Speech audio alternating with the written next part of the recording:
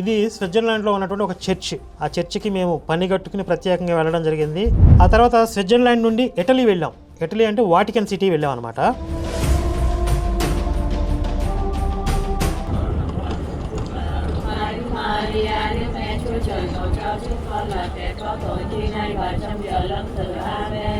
ప్రపంచం మొత్తాన్ని రూల్ చేసే అధికారం హిందువులకు వచ్చినా కూడా విగ్రహారాధన పాపం అని, మన రిలీజియన్ కానిది పాపం అని చెప్పి మనం ధ్వంసం చేయం. ప్రపంచంలో ఉన్నటువంటి అతి పురాతనమైన చర్చిల్లో అదొకటి. క్యాథడ్రాల్ చర్చ్ అంటారు దాన్ని. దీని లోపలికి వెళ్తే కానీ ప్రపంచంలోని యేసు విగ్రహాలన్నీ తీసేయండి, ఆ చెక్క మొక్కలు సిలువు చెక్కలన్నీ తీసేయండి. దశాబ్ద కాలం తర్వాత క్రైస్తవ మతం ఉంటే నన్ను అడగండి. ఇది పడుకున్న యేసయ్య, బొజ్జున్న యేసయ్య. హోలీ ఆయిల్, హోలీ వాటర్, పరిశుద్ధమైనటువంటి నూనె ఎక్కడ పడితే అక్కడ రాసుకోవచ్చు. క్రైస్తవ మతానికి పూర్వమే ఉన్నటువంటి నిర్మాణం అది. అయితే విచిత్రం ఏంటంటే దీని మీద కూడా సిలువ గుర్తు వేసేసారు. అవన్నీ జైల్స్ అనమాట. బానిసలను పట్టుకొచ్చి అందులో ఉంచేవాళ్ళు.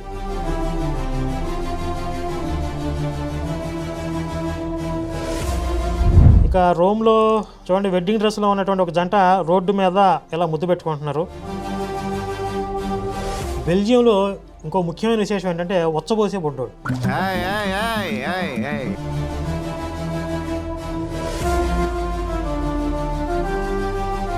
నాన్ స్టాప్గా బొడ్డోడు అలా ఉచ్చబోస్తానే ఉంటాడు. ఆధ్యాత్మికంగా ఎంతో ఉన్నతంగా ఉన్నటువంటి భారతదేశం ప్రపంచానికి మార్గనిర్దేశనం చేస్తుంది. విశ్వగురు స్థానంలో ఉండడానికి సంపూర్ణమైనటువంటి అర్హతలు కలిగినది అని చెప్పడంలో ఎలాంటి సందేహం లేదు.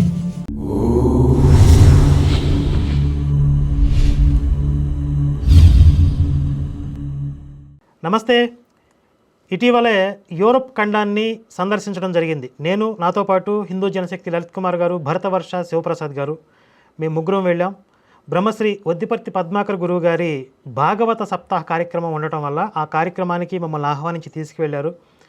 అయితే ఈ పర్యటన వెనక ఉన్నటువంటి ఉద్దేశం ఏంటి, అక్కడికి వెళ్ళిన తర్వాత మనం గమనించినటువంటి విషయాలు ఏంటి, భారతదేశానికి ఆ యూరప్ ఖండంలో ఉన్నటువంటి దేశాలకి మధ్య ఉన్నటువంటి సారూప్యతలేంటి, భేదాలేంటి, చరిత్ర, ఇలాంటి కొన్ని విశేషాలని మీతో పంచుకోవాలనిపించింది. బహుశా మీలో చాలామంది యూరప్ ఖండాన్ని సందర్శించి ఉండొచ్చు.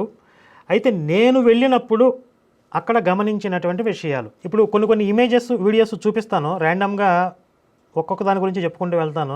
ఇది మేము ఫ్లైట్లో ఉన్నప్పుడు ఎదురు స్క్రీను, అందులో మనం ఇంకా ఎంత దూరం ట్రావెల్ చేయాలి, ప్రస్తుతం ఎంత దూరం ట్రావెల్ చేసామనే వివరాలు ఎప్పటికప్పుడు కనపడుతూ ఉంటాయి. నేను ఫోటో తీసేటప్పటికి డిస్టెన్స్ ట్రావెల్డ్ 5237 కిలోమీటర్లు ప్రయాణించాము. అప్పటికి డిస్టెన్స్ టు డెస్టినేషన్ 2250 కిలోమీటర్లు, మొత్తం కలిపితే సుమారుగా 7600 కిలోమీటర్లు. అంటే భారతదేశం నుంచి మేము వెళ్తున్నటువంటి జ్యూరిక్ సిటీ.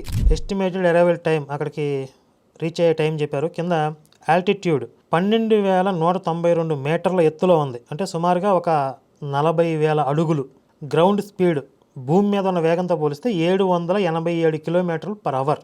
అక్కడ అవుట్ సైడ్ టెంపరేచర్ చూడండి -52 డిగ్రీ సెంటిగ్రేడ్, మైనస్లో ఉంది.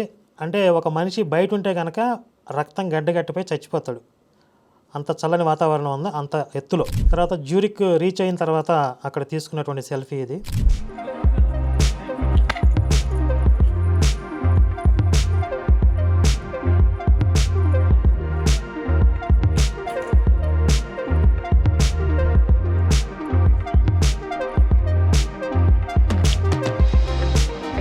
ఇది హెంగాట్ విలేజ్, స్విట్జర్లాండ్లో ఉంది.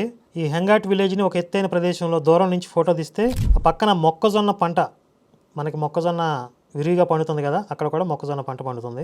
ఇవి అక్కడ పెంచుతున్నటువంటి నాటు కోళ్ల ఫామ్. ఆ ఫెన్సింగ్ చాలా తక్కువ హైట్లో ఉంది, అంటే ఆ కోళ్ళు అంతకు మించి ఎగరలేవు. ఇవన్నీ మీరు ఒకసారి గమనించండి. చివరిలో నేను వాటి గురించి మరిన్ని విశేషాలు చెప్తాను. ఇది స్విట్జర్లాండ్లో ఉన్నటువంటి ఒక చర్చ్. ఆ చర్చికి మేము పని కట్టుకుని ప్రత్యేకంగా వెళ్ళడం జరిగింది. అందులోనూ ఆ రోజు ఆదివారం. ఆ చర్చిలో కాసేపు సందడి చేసామన్నమాట. అందులో నేను వాకింగ్ కూడా చెప్పాను ఆ చర్చిలో.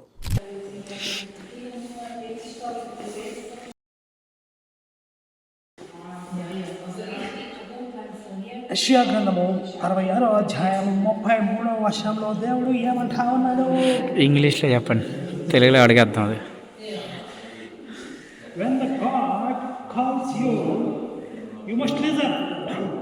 When the God calls you, you must listen. ఇంగ్లీష్లో ట్రై చేశాను అనమాట. చూడండి చర్చ్ అంతా కూడా ఖాళీగా ఉంది. అక్కడ ఉన్న ఒకే ఒక ముసలాం ఉంది, ఆమె కూడా మూసేసే టైంలో మేము వెళ్ళాం. అంటే యూరోప్లో చర్చిలకి ఎవరు వెళ్ళట్లేదు, దాదాపుగా చర్చిలన్నీ అమ్మకాలకు పెట్టేశారు అని చెప్పి మనం చదువుకుంటా ఉన్నాం కదా, ఇంటర్నెట్లో చూస్తూ ఉన్నాం. దానికి ప్రత్యక్ష రుజువులు అనమాట. మేము వెళ్ళి డైరెక్ట్గా ఆదివారం రోజు వీడియో తీసాం. తర్వాత ఇది గురువు గారికి మన 10th యానివర్సరీకి సంబంధించినటువంటి బ్రోచర్ని వారికి ఇచ్చి వారి ఆశీస్సులు తీసుకున్నాం స్విట్జర్లాండ్లోనే. ఆ తర్వాత స్విట్జర్లాండ్ నుండి ఇటలీ వెళ్ళాం. ఇటలీ అంటే వాటికన్ సిటీ వెళ్ళాం అనమాట. అక్కడ కొన్ని వీడియోస్ చూపిస్తాను చూడండి.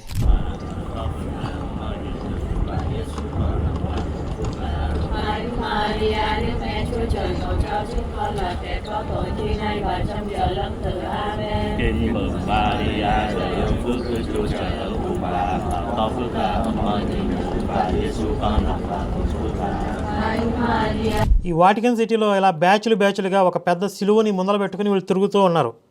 ఇది ఒక బ్యాచ్ అనమాట.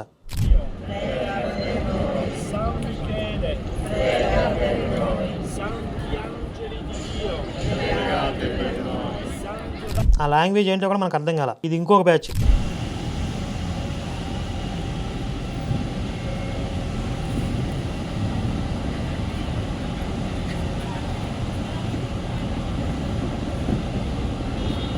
చూడండి, వీళ్ళు విగ్రహారాధన పాపం, విగ్రహారాధన వ్యభిచారం అని చెప్పి రకరకాలుగా మాట్లాడుతూ ఉంటారు కదా. క్రైస్తవ రాజధాని అంటే క్రైస్తవ మతానికి రాజధాని. ఇక్కడున్న ఈ నడి మధ్యలో మతం మారిన వాళ్ళు వీళ్ళు ఎక్కువ ఓవర్ యాక్షన్ చేస్తారు. కానీ ప్రపంచంలో క్రైస్తవ మతం అంటే క్యాథలిక్సే, మొదటి నుంచి ఉన్నది వాళ్ళే. ఆ క్యాథలిక్ మతానికి రాజధాని కేంద్రం ఏంటంటే వాటికన్ సిటీ. అక్కడ ఈ సిలువలు పట్టుకుని, మరి అది విగ్రహారాధన కాదా, ఈ రకంగా తిరుగుతూ ఉన్నారు. అక్కడ నేను ఒక వీడియో రికార్డ్ చేశాను చూడండి. హలో, అందరికీ నమస్తే. ప్రస్తుతం మనం వాటికన్ సిటీలో ఉన్నాం. మొత్తం నిర్మాణం చూస్తుంటే నాకేమనిపిస్తుంది, ఒకవేళ ప్రపంచం మొత్తం మీద మన హిందువులకి ఒక గుత్తాధిపత్యం వచ్చినా కూడా, ప్రపంచం మొత్తాన్ని రూల్ చేసే అధికారం హిందువులకు వచ్చినా కూడా, ఇలాంటి నిర్మాణాలని అంటే కొన్ని వందల సంవత్సరాలకి పూర్వం ఉన్నటువంటి చరిత్రని మనం చెరిపేయకుండా యాజ్ ఇట్ ఈస్గా ఇలాగే ఉంచుతాం. విగ్రహారాధన పాపం అని, మన రిలీజియన్ కానిది పాపం అని చెప్పి మనం ధ్వంసం చేయం. అలాగే కొన్ని వందల వేల సంవత్సరాలకి పూర్వం ఉన్నటువంటి దేవాలయాల్ని కొంతమంది దుర్మార్గులు కోల్చకుండా ఉండి ఉంటే, నాశనం చేయకుండా ఉండి ఉంటే, ఎంతో విలువైనటువంటి ప్రాచీన నాగరికతలు ఈరోజు మన కళ్ళ ముందు ఉండి ఉండే. కొన్ని వందల వేల సంవత్సరాలకు పూర్వం ఉన్నటువంటి నిర్మాణాలు మనం చూడగలగటం అంటే అదొక అదృష్టం, అదొక వరం.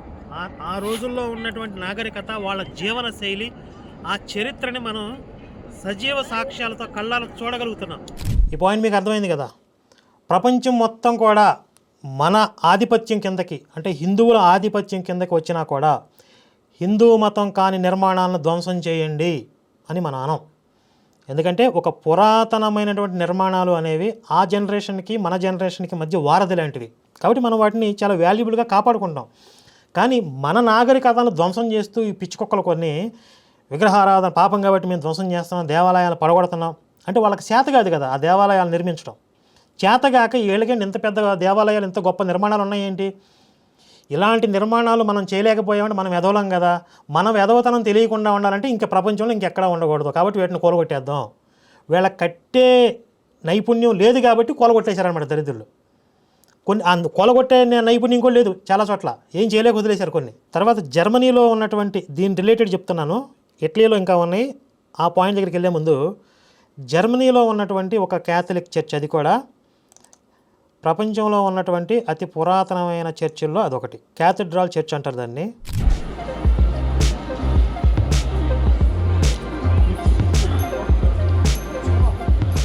బహుశా అంతకు మించి ఇంకేం లేవనుకుంటా, అదే అతిపెద్ద నిర్మాణం అయి ఉంటుంది.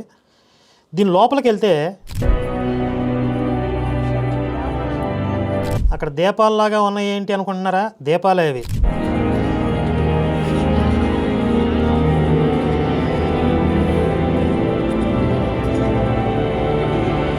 చూసారా?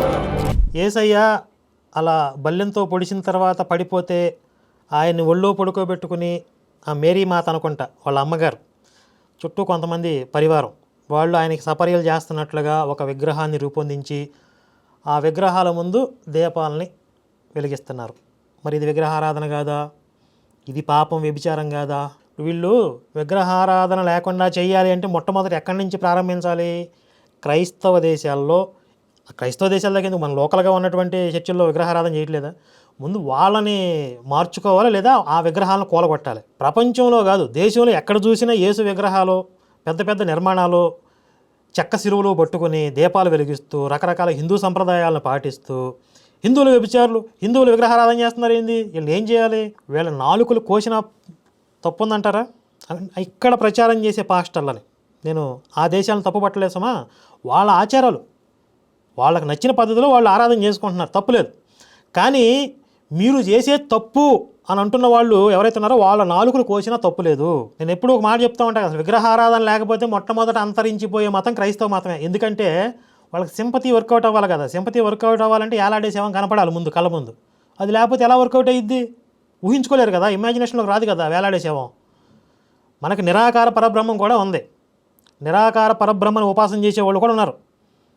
విగ్రహారాధన లేకపోయినా హిందుత్వం నిలబడుతుంది, కానీ క్రైస్తవ మతం నిలబడతావు, కొట్టుకుపోద్ది. కానీ ప్రపంచంలోని యేసు విగ్రహాలన్నీ తీసేయండి, ఆ చెక్క మొక్కలు సిలువు చెక్కలన్నీ తీసేయండి. దశాబ్ద కాలం తర్వాత క్రైస్తవ మతం ఉంటే నన్ను అడగండి. ఇంకా ఈ క్యాథడ్రాల్ చర్చి బయట వైపు నుంచి కొన్ని ఫోటోలు తీశాను చూడండి.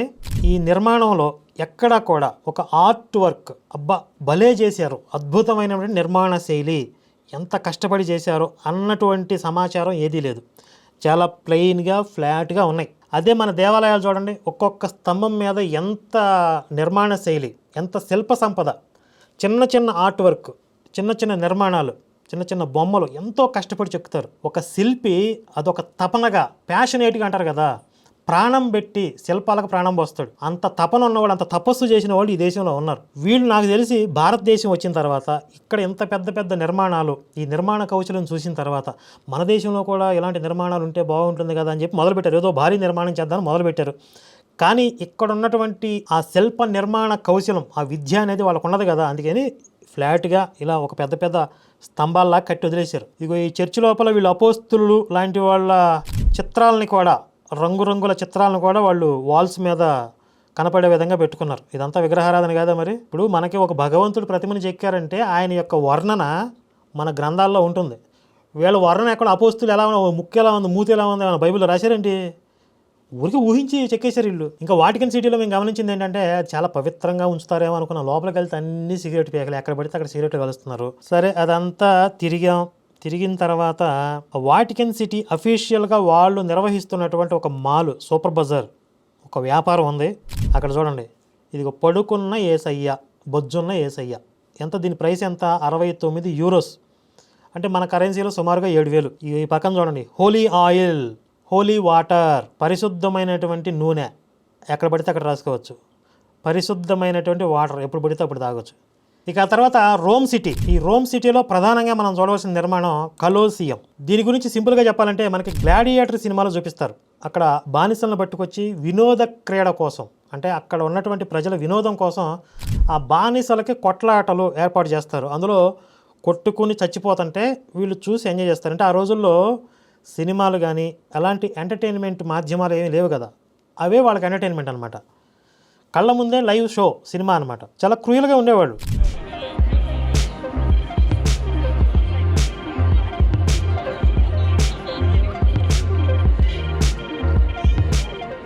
ఈ నిర్మాణం ఎప్పటిదంటే 2000 సంవత్సరాలకి పూర్వం. అప్పుడు క్రైస్తవ మతం ఇంకా ఆరంభం కాలేదు. క్రైస్తవ మతానికి పూర్వమే ఉన్నటువంటి నిర్మాణం అది. అయితే విచిత్రం ఏంటంటే దీని మీద కూడా సిలువ గుర్తు వేసేసారు. అంటే ఆ రోమ్ నాగరికతని ధ్వంసం చేసేసి పూర్తిగా రోమ్ సామ్రాజ్యాన్ని ఆక్రమించుకున్న తర్వాత ఈ కొలాజియం మీద కూడా సిలువ గుర్తు వేసేసారు.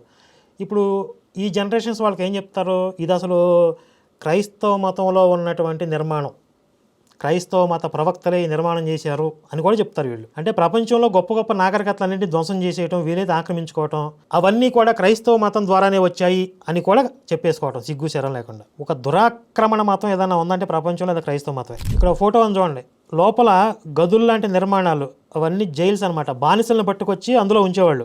వాళ్ళని ఆ కొట్లాటకి, ఆ కొలాజియం తీసుకుపోయేటప్పుడు ఇక్కడి నుంచి తీసుకెళ్లేవాళ్ళు అనమాట.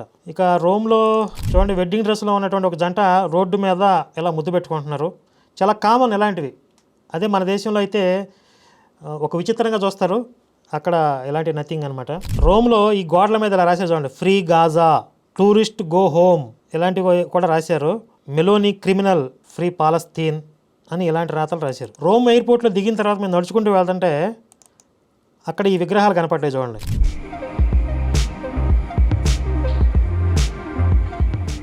కొన్ని ధ్వంసమయ్యి, పాక్షికంగా ధ్వంసం అయ్యి తల, కాళ్ళు, చేతులు విరిగిపోయి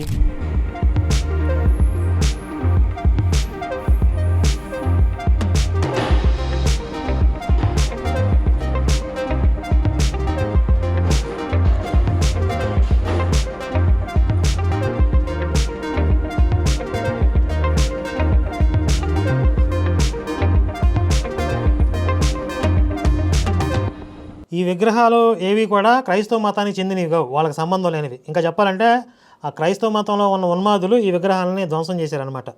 అయినప్పటికీ వాళ్ళ చరిత్రని కాపాడుకోవడంలో భాగంగా, వాటిని భద్రపరచుకోవడంలో భాగంగా ఇలా రోమ్ ఎయిర్పోర్ట్లో ఉంచారు. ఇప్పుడు విగ్రహారాధన వీళ్ళు ఎందుకు వ్యతిరేకిస్తారు మీకు అర్థమవుతుందా? ఈ విగ్రహాలు ఇలా ఉండడం వల్ల మన హిస్టరీ ఏంటి అని చెప్పి ఈ జనరేషన్స్ తెలుసుకునే అవకాశం ఉంది. ఇప్పుడు యూత్ కొంతమంది దీని మీద పరిశోధన చేసి అసలు మన పూర్వీకులు ఎవరు, మన చరిత్ర ఏంది, అసలైన వాస్తవాలు ఏంది తెలుసుకొని మన చరిత్రని ఈ క్రైస్తవ మతం కబ్జా చేసింది, క్రైస్తవ మతం ఒరిజినల్ కాదు మనది అని కొంతమంది ఎవరైనా రియలైజ్ అయ్యి మళ్ళీ మన చరిత్రను మనం సాధించుకోవాలి, మనల్ని ఆక్రమణ చేసిన ఈ క్రైస్తవ పోతాన్ని తరిమేయాలి అని చెప్పి ఒక రెవల్యూషన్ లాంటిది రావచ్చు కదా. ఇదంతా దేనివల్ల వస్తుంది? విగ్రహము అనేది ఉండటం వల్ల. కాబట్టి వాళ్ళకి విగ్రహం ఉంటే అంత భయం, మనం కబ్జా చేసినవి, మనం ఆక్రమణ చేసినవి ఎక్కడ మన దోపిడీ దొంగతనాలు తెలిసిపోతాయో, నెక్స్ట్ జనరేషన్స్ వాళ్ళు మన మీద తిరుగుబాటు చేస్తారో అనే భయంతో, అందుకే నల్లటి పుస్తకంలో వాళ్ళ దేవుడు అంటాడు, వాటి అవశేషాలు అక్కడ లేకుండా నశింపజేయాలి అంటాడు. ఎందుకంటే భవిష్యత్ తరాలకు తెలియకూడదు, చరిత్ర తెలియకూడదు, కాబట్టి సమూలంగా అవశేషాలు లేకుండా నాశనం చేసేయండి అంటాడు. అంత దుర్మార్గులు ఆ పుస్తకాలు రాశారు. తర్వాత బెల్జియం వెళ్ళాం. బెల్జియంలో ఇదేదో అటోమియం అంట, ఇది ఒక భారీ నిర్మాణం, ఇందులో ఆఫీసులు కూడా ఉంటాయి. దీని పక్కనే మినీ యూరప్ ఉంది. ఆ మినీ యూరప్ సందర్శకులకి చూడటానికి చాలా బాగుంటుంది. అంటే యూరప్ ఖండంలో ఉన్నటువంటి దేశాలన్నింటిలో ఉన్నటువంటి ప్రత్యేకతలు, అక్కడ ఉన్న ఐకాన్స్, ఆ నిర్మాణాలకి సూక్ష్మ రూపాన్ని చిన్న చిన్న డిజైన్స్ రూపంలో ఒక చోట పొందుపరిచారు.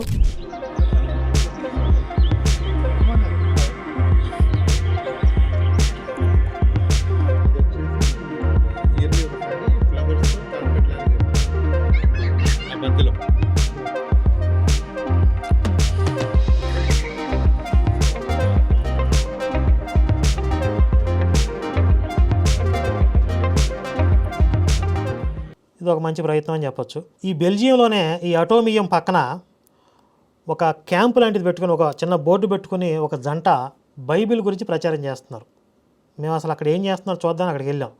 మేము కూడా బైబిల్ ప్రచారకులం, వాలంటీర్స్గా పనిచేస్తాం ఒక చర్చి కోసం ఇండియాలో అని చెప్పాం. వెంటనే ఆ అమ్మాయి వచ్చి మమ్మల్ని హక్ చేసుకుంది. అరే తప్పు చేసాం, పాస్టర్ అని చెప్పాల్సింది అనిపించిన తర్వాత. అంటే పాస్టర్ కంటే మనం ఎక్కువే కదా, వాళ్ళకంటే బైబిల్ ఎక్కువ తెలుసు కదా. అలా చెప్తే అసలు ఎలాంటి రియాక్షన్ వచ్చేదో చూద్దాం అనిపించింది. కానీ వాళ్ళల్లో అసలు మన దేశం కాదు, మన జాతి కాదు, అయినా కూడా మన బైబిల్ కోసం పనిచేస్తున్నాడు అనగానే ఎంత ఆత్మీయత వచ్చిందో చూసారా, మతంతో లింక్ అయ్యి. అలాంటి ఒక భావన హిందువులందరిలో ప్రపంచంలో ఎవడు ఎక్కడున్నా హిందువు అంటే మన బంధువు అనే భావన ఉండాలి. బెల్జియంలో ఇంకో ముఖ్యమైన విశేషం ఏంటంటే ఉచ్చబోసే బొడ్డోడు. ఈ ఉచ్చబోసే బొడ్డోడు చూడండి, ఎక్కడ పడితే అక్కడ ఉంటాడు. అది కూడా గ్రేట్ ప్లేస్ అని ఒకటి ఉంటుంది. అంటే పూర్వం బెల్జియం రాజు అక్కడ నివసించేవాడంట. ఇప్పుడు అక్కడి నుంచి వెళ్ళిపోయి వేరే చోటకి షిఫ్ట్ అయిపోయాడు ఆయన. పూర్వం రాజు అన్న ప్రదేశానికి గ్రేట్ ప్లేస్ అంట. దాని పక్కనే ఉచ్చబోసే బొడ్డోడు స్టాచ్యూ ఉంటుంది. అక్కడ ఒక వీడియో రికార్డ్ చేశాను చూడండి. నాన్ స్టాప్గా బొడ్డోడు అలా ఉచ్చబోస్తానే ఉంటాడు. ఈ ప్లేస్ ఏంటంటే మ్యానికెన్ పీక్. ఇది గ్రాండ్ ప్లేస్ దగ్గర ఉంది. విశేషం ఏంటంటే ఒకప్పుడు ఈ బొడ్డోడు ఇక్కడ పెట్టినటువంటి ఒక బాంబు మీద తెలియకుండా ఉచ్చబోసి ఆ బాంబు పేలకుండా ఆపేసాడంట. అందుకని ఆల్మోస్ట్ ఈ బొడ్డోడిని, ఉచ్చబోసే బొడ్డోడిని దేవుళ్ళలాగా కొలుస్తూ ఉన్నారు. ఇక్కడ కొలవటం అంటే మొత్తం షాపులన్నింటిలో కూడా ఈ ఉచ్చబోసే బొడ్డోడి ఫోటోలే, విగ్రహాలే ఉన్నాయి. అందరూ కొనుక్కుపోయి ఇళ్ళలో పెట్టుకుంటూ ఉంటారు. ఇంకొక ఉచితం చెప్తున్నానండి, ఫెస్టివల్స్ టైంలో అది ఆ బొడ్డోడు ఉచ్చబోసే దాంట్లోంచి బీరు వచ్చిందట, ఆ బీరు పట్టుకుని తాగుతారు. అక్కడికి వచ్చిన చాలామంది టూరిస్టులు ఈ ఉచ్చబోసే బొడ్డోడు విగ్రహాలని కొనుక్కెళ్తూ ఉంటారు, అదొక గుర్తుగా. ఇక్కడ కూడా మీరు గమనించండి, ఇప్పుడు ఆ ఉచ్చబోస్తున్న బొడ్డోడి యొక్క చరిత్ర సజీవంగా ఇంకా మిగిలి ఉంది అంటే ఏంటి, కారణం ఏంటి? ఆ విగ్రహాలు, విగ్రహం రూపంలో ఆ కల్చర్ అనేది అక్కడ మిగిలి ఉంది. విగ్రహం లేకపోతే ఉండదు కదా. కాబట్టి విగ్రహారాధన లేకపోతే ఏ కల్చర్ కూడా ఉండదు. పూర్వం మన చరిత్ర ఏంది, ఆ రోజు ఉన్నటువంటి నాగరికత ఏంటి తెలియాలంటే మనకి విగ్రహాలే ఆధారం. తర్వాత ఆమ్స్టర్డామ్ వెళ్ళాం, అక్కడ బోట్ రైడ్ స్పెషల్. అంటే కాలువల మధ్యలో సిటీ నిర్మించారనమాట. కాలువలు విపరీతంగా ఉంటాయి, సందు సందుకి గొంతుకి ఒక కాలువ అన్నట్టు ఉంటుంది. కొన్ని బోట్స్లో టూరిస్టులను ఎక్కించుకొని ఆ కాలువలన్నీ తిప్పుతూ ఉంటారు, ఒక గంట సేపు సమయం. మళ్ళీ స్విట్జర్లాండ్ వచ్చాం, అక్కడ ఒక ఆశ్రమానికి వెళ్ళాం. ఆ ఆశ్రమాన్ని ఎవరు నిర్వహిస్తున్నారంటే అక్కడ ఉన్నటువంటి స్థానికులు. ప్రతిష్టాపన లాస్ట్ ఇయర్ జరిగింది. యాక్చువల్గా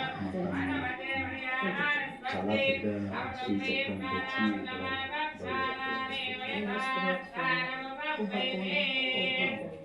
ఆ దేశస్తులే ఆ ఆశ్రమాన్ని నిర్వహిస్తున్నారు. అందులో ఒక ఆవిడ చాలా శ్రద్ధగా మన వాంగ్మయాన్ని ఎంత శ్రద్ధగా అభ్యాసం చేస్తుందో, పఠనం చేస్తుందో చూడండి. పక్కన ఏం జరుగుతుంది అనేదంతా అసలు సంబంధం లేకుండా, ఇంకా చెప్పాలంటే ఎవరైనా వచ్చినా కూడా డిస్టర్బెన్స్లా ఫీల్ అవుతుంది ఆవిడ. అంతలా లీనమైపోయింది.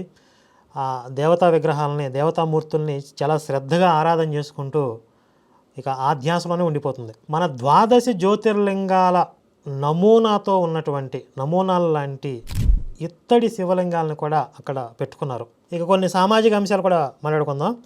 ఒకరోజు మేము ట్రైన్లో జర్నీ చేస్తున్నాం. ఎక్కడి నుంచి? జర్మనీ నుంచి స్విట్జర్లాండ్కి వెనక్కి వస్తున్నాం. ఆ ట్రైన్ మధ్యలో ఆగిపోయింది. ఎందుకు ఆగిపోయిందంటే ముందు పట్టాలు బ్రేక్ అయ్యాయి కాబట్టి వాటిని రిపేర్ చేయడానికి టైం పడుతుందన్నారు. ఆ అనౌన్స్మెంట్ అన్నీ కూడా జర్మన్ భాషలోనే వస్తున్నాయి, మాకు అర్థం కావట్లేదు. అందరూ ట్రైన్ దిగిపోతున్నారు. ఒక జంట మాత్రం ఉన్నారు, మేము ముగ్గురం ఉన్నాం. ట్రైన్ మొత్తంలో దాదాపు ఖాళీ అయిపోయింది. మాకు ఏం చేయాలి అర్థం కావట్లా. అది కూడా రేత్రి.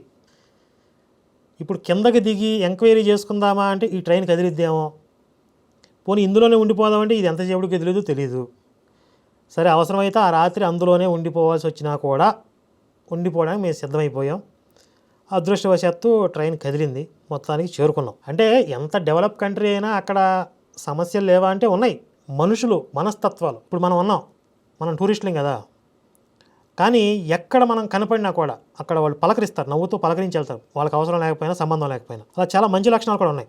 అలా పరిశుభ్రతని చాలా నీట్గా మెయింటైన్ చేస్తున్నారు. ఇది ఎలా సాధ్యం అవుతుంది అంటే జనాభా ముఖ్యంగా.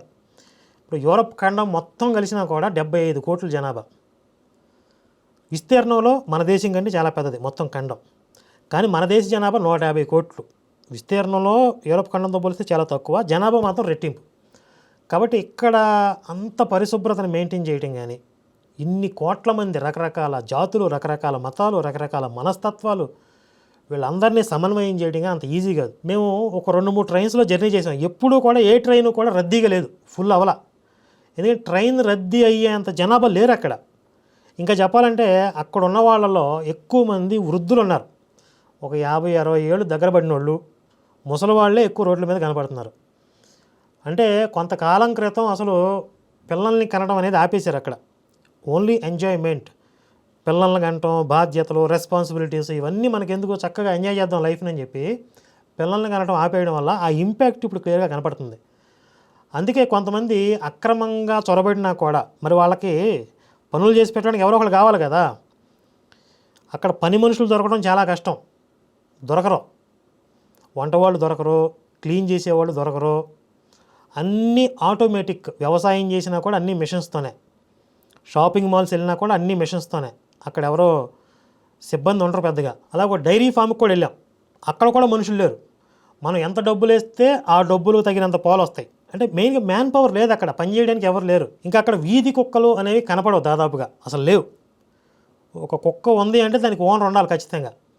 ఓనర్ లేకుండా కుక్క బయటికి రాకూడదు, వస్తే పేపర్లో వచ్చిందంట. బాగా చలిదేశం కాబట్టి దోమలు లేవు, ఉండటానికి చాలా పీస్ఫుల్గా ప్రశాంతంగా అనిపించింది. కానీ మన ఇండియన్స్ అంటే ఇక్కడ పుట్టి పెరిగినటువంటి ఆ మైండ్ సెట్ ఉన్నవాళ్ళు అక్కడ సెటిల్ అవ్వటం, అక్కడ అడ్జస్ట్ అవ్వటం అనేది చాలా కష్టంతో కూడుకున్న పనే. కొంతమంది దానికి అడాప్ట్ అయ్యి ఉండొచ్చులే. కానీ అంటే ఇక్కడ మనకి చూడండి, పొద్దున్న లేస్తే ఎంతోమంది స్నేహితులు, బంధువులు కలుస్తూ ఉంటారు, బయటకు వస్తే మొత్తం హడావిడిగా ఉంటుంది. అక్కడ మేము ఊరు మొత్తం తిరుగుతుంటే ఎక్కడ నరమానవుడు కనపడట్లా, ఊరు మొత్తం తిరిగినా కూడా ఒక మనిషి కనపడట్లా. అలాగే బెల్జియంలో వాటర్లూ అనే ఒక యుద్ధం జరిగింది. ఆ యుద్ధం జరిగిన ప్రదేశానికి వెళ్ళాం.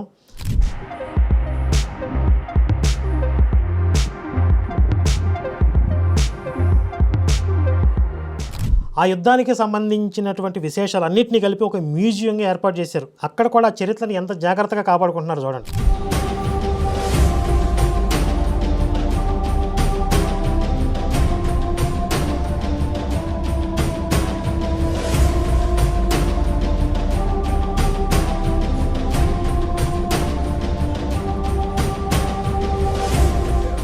ఇప్పుడు ఆ యుద్ధం మన మహాభారతంతో పోలిస్తే, మన కురుక్షేత్రంతో పోలిస్తే నథింగ్, మన రామాయణంతో పోలిస్తే నథింగ్.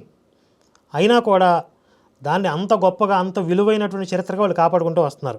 ఓవరాల్గా నా అభిప్రాయం ఏంటంటే, అక్కడ ఉన్న వాళ్ళల్లో భౌతికంగా అంటే సంపదలు కానీ, కంఫర్ట్ లివింగ్ కానీ అన్నీ బాగా ఉన్నప్పటికీ ఆధ్యాత్మిక దారిద్ర్యం అనేది బాగా ఉంది, ఆధ్యాత్మిక లోటు. అది లేకపోవడం వల్లే ఫారినర్స్ అందరూ కూడా ఆధ్యాత్మికతని వెతుక్కుంటూ భారతదేశానికి వస్తారు. అందుకే కాశీ, ఋషికేశ్ ఇలాంటి క్షేత్రాలన్నీ కూడా ఎక్కువ ఫారినర్స్తో ఉంటారు చూడండి. ఇంకా అక్కడ జీవిస్తున్నటువంటి మన ప్రవాస భారతీయులలో కూడా హిందూ చైతన్యాన్ని, హిందుత్వ భావనని తీసుకురావాల్సిన అవసరం కూడా ఉంది.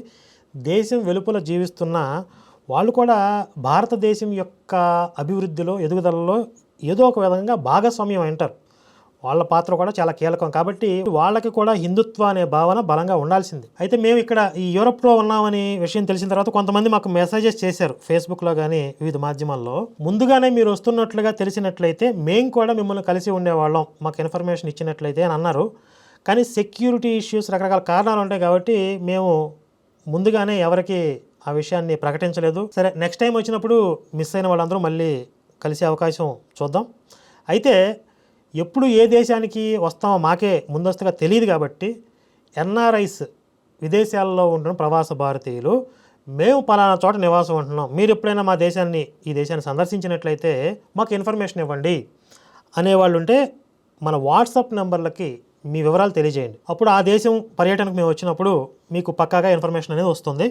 మా కార్యక్రమాల్లో మీరు కూడా భాగస్వాములు అవ్వచ్చు. ఇక ఈ యూరప్ ట్రిప్కి సంబంధించినంత వరకు అక్కడ స్థానికంగా ఆతిథ్యం ఇచ్చినటువంటి ప్రఫుల్ గారు, వీణా గారు స్విట్జర్లాండ్లో, జర్మనీలో కిరణ్ కుమార్ గారు, బెల్జియంలో రామ్ గారు, రాధిక గారు, అలాగే అక్కడ స్థానిక ప్రదేశాలన్నింటినీ కూడా దగ్గరుండి తిప్పి చూపించినటువంటి రవి గారు, నెదర్లాండ్స్ వెళ్తే అరవింద్ గారు, ఇంకా మమ్మల్ని చూడటం కోసం మేము అక్కడ ఉన్నామని తెలుసుకుని మా కోసం ప్రత్యేకంగా ఇంగ్లాండ్ నుంచి వచ్చినటువంటి నరేష్ గారు, అక్కడ శ్రీధర్ గారు, మోహన్ గారు, వీళ్ళందరూ కూడా ఒక మంచి స్నేహభావంతో మాకు ఆతిథ్యం ఇచ్చారు. మమ్మల్ని చాలా బాగా రిసీవ్ చేసుకున్నారు. వాళ్ళందరికీ కూడా ప్రత్యేకంగా ధన్యవాదాలు, కృతజ్ఞతలు తెలియజేస్తున్నాం. ఇంకా నా పేర్లు మర్చిపోయి ఉంటే క్షమించాలి. అలాగే హిందుత్వం కోసం పనిచేస్తున్నటువంటి మాలాంటి వాళ్ళకి ప్రపంచ జ్ఞానం కూడా ఉండాలి. ప్రపంచంలో ఎన్నో విశేషాలు, నాగరికతలు ఉన్నాయి. వాటన్నిటిని కూడా పరిశీలించి, పరిశోధించి కొత్త కొత్త విషయాలు తెలుసుకోవాలి. అవి మీరు చేస్తున్నటువంటి పనిలో ఏదో ఒక రకంగా హెల్ప్ అవుతాయి అనే ఉద్దేశంతో మమ్మల్ని ఈ ట్రిప్కి తీసుకువెళ్ళి వారి యొక్క ఆశీస్సులు అందించినటువంటి గురువుగారు బ్రహ్మశ్రీ వద్దిపర్తి పద్మాకర్ గారికి అనేక ధన్యవాదాలు మనస్ఫూర్తిగా గురువుగారికి. భవిష్యత్తులో గురువుల అనుగ్రహము, మీ అందరి సపోర్ట్ ఉంటే మరిన్ని పర్యటనలు చేసి మరిన్ని కొత్త కొత్త విశేషాలు ఎప్పటికప్పుడు మీకు తెలియజేస్తూ ఉంటాం. జై శ్రీరామ్, భారత్ మాతాకి జై. గురువు గారి యొక్క ఆశీస్సులతో ఈరోజు మీ అందరినీ కలుసుకోవడం జరిగింది. ఒకసారి పాశ్చాత్య దేశాలకి స్వామి వివేకానంద వారు వచ్చినప్పుడు ఆయన ఇక్కడ ఉన్నటువంటి భౌతిక పరమైనటువంటి సంపదల్ని, అలాగే భారతదేశంలో ఉన్నటువంటి భౌతిక పరమైనటువంటి దారిద్ర్యాన్ని, ఈ రెండింటిని కంపేర్ చేసుకుని చాలా బాధపడ్డారు. అంటే ఆధ్యాత్మికంగా భారతదేశం చాలా ఉన్నతంగా ఉంది, ఇక్కడ భౌతిక పరమైనటువంటి వసతులు కానీ వనరులు కానీ ఉన్నతంగా ఉన్నాయి. అయితే ఒకప్పుడు భౌతికంగా భారతదేశంలో కూడా ఎంతో సంపద ఉంది, దాన్ని కొంతమంది దుష్టశక్తులు దోచుకుపోయారనుకోండి. అక్కడ ఉన్నటువంటి ఆధ్యాత్మిక సంపదని, ఇక్కడ ఉన్నటువంటి భౌతిక సంపదని రెండింటినీ సమ్మిళితం చేస్తే కనుక మానవ జాతికి ఒక మంచి పరిణామం కలుగుతుంది అని చెప్పి ఆయన ఆలోచన చేయడం జరిగింది. ఆధ్యాత్మికంగా ఎంతో ఉన్నతంగా ఉన్నటువంటి భారతదేశం ప్రపంచానికి మార్గనిర్దేశనం చేస్తుంది. విశ్వగురు స్థానంలో ఉండడానికి సంపూర్ణమైనటువంటి అర్హతలు కలిగినది అని చెప్పడంలో ఎలాంటి సందేహం లేదు. ఈ 10 సంవత్సరాల తర్వాత మరింత పటిష్టమైనటువంటి కార్యాచరణని రూపొందించుకొని మరింత ప్రభావవంతంగా పనిచేయాలి అని ఒక దృఢ సంకల్పంతో ముందుకు వెళ్తూ ఉన్నాం. దానికి మన హిందూ బంధువులు అందరి యొక్క మద్దతు, ఆశీస్సులు, గురుదేవుల యొక్క అనుగ్రహము మాకు సంపూర్ణంగా ఉండాలి అని చెప్పి భగవంతుని ప్రార్థిస్తూ జై శ్రీరామ్, భారత్ మాతాకి జై.